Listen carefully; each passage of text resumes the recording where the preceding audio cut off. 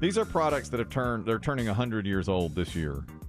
Dum Dum lollipops, 100 years old. They've made it 100 years.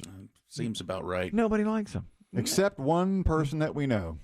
Who is the... Young B. Shea. Oh, God. That's right. Remember last year's Halloween debacle? Our trunk or treat debacle? How could you forget? That is the one black eye on the trunk or treat. 2 years ago, we had the best candy for the kids. We had a mix of sours and sweets. And this past year, we put BB Shea in charge of buying the candy. Oh, and here he comes with 2 trash bags full of Dum Dums. Yeah, I bet we had over 1,000 Dum Dums. And 1,000 disappointed children. Yes. They all came through like, what? What is this? Well, because everyone had the same reaction who works here.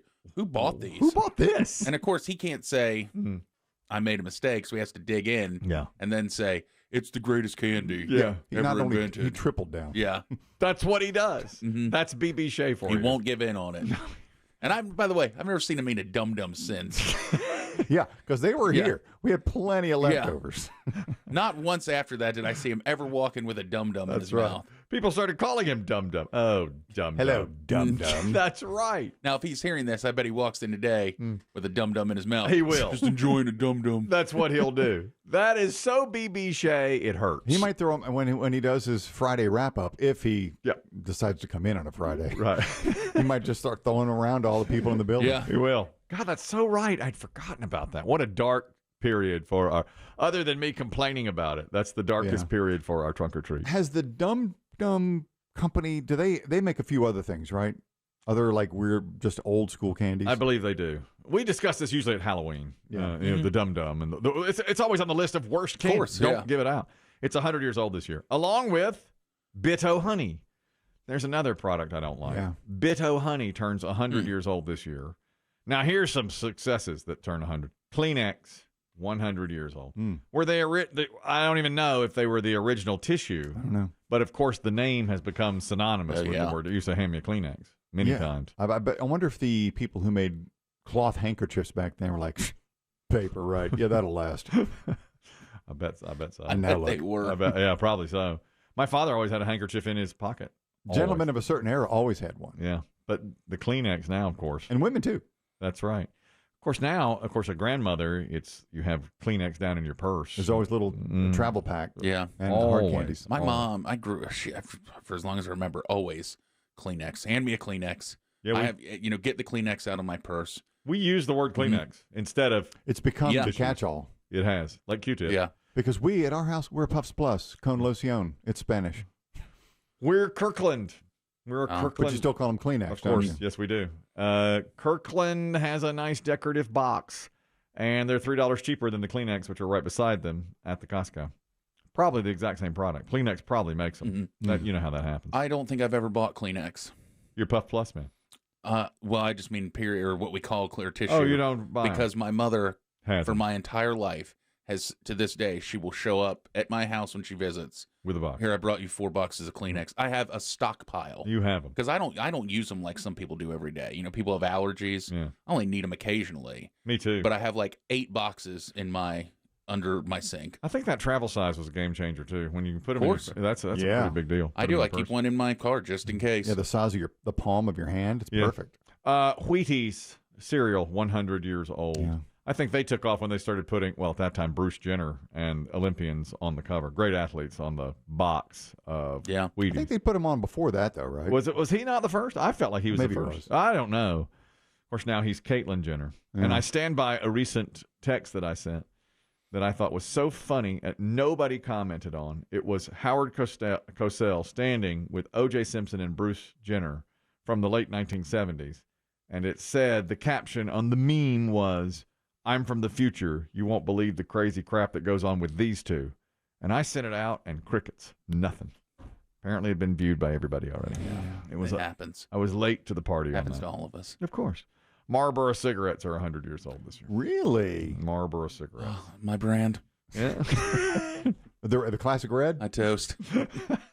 Is that right? No, I never did a classic red. Those are too harsh. What do you do? Marlboro Lights. Oh, the lights. Yeah. They probably came along later. I bet they were much, much later. I bet Marlboros were the only ones. Yeah. Probably. In my younger days, trips going up to D.C., I always passed the Philip Morris plant as you go up 95 through Virginia, and I'd hold one out the window. That's Christian's town. That's Marlboro. That's it. That's toured that place. Richmond, Virginia, man. Yeah. They take you there when you're a kid. Yeah. Give you a few cigs, get you started. There was a Twinkie plant downtown, and you'd get little Twinkies, and sometimes you get little Wonder Breads, which is amazing. And then they take you to Philip Morris. My God, what a great day! The best, how good is that? When classes are done for the year, but you still have to go. Yeah. Your work is done. That's when you do your field trips. Yes. Fantastic. And I'll tell you, whatever you get handed first is pretty much what you smoke, I find. Oh, you think? Yeah. I can see that. I knew people who were like, they bounced around, but I always couldn't do that. Like, if somebody had a Camel, I'd try it. I'd be like, no, I got to go with my brand.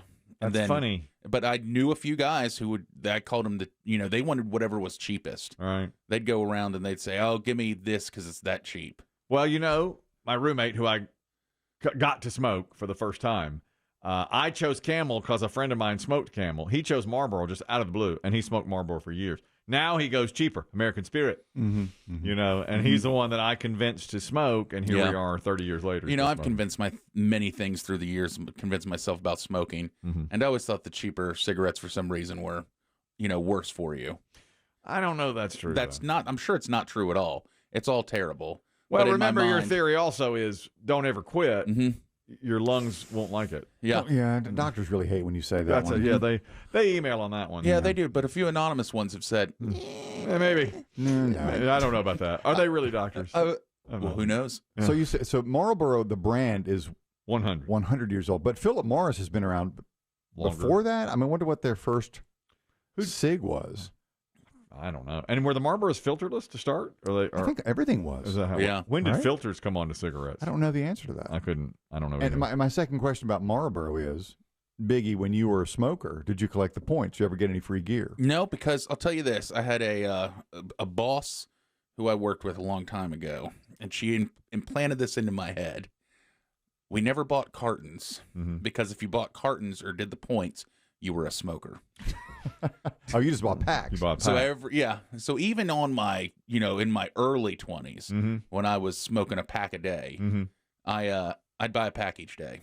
But you were paying more. I was paying more.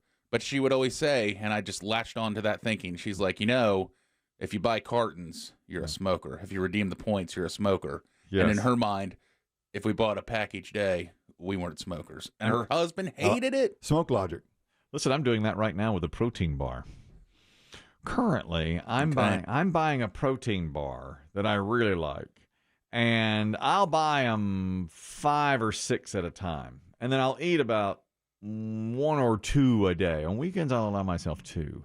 Now, they're packed with protein, but they have, a couple hundred calories, and I really like. I'm trying to convince myself it's good for me. I'm really not sure that it is. But I buy so many of them that the lady at the old trading post one day, that's where I get them, she said, you can buy a box of 20 of these and get a discount.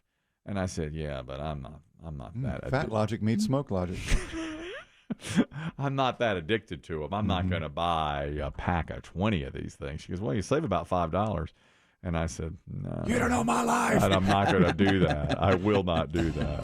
That's like you, They're not for me. They're not all for me. That's right. Although they really are all for me. Oh, I do love them.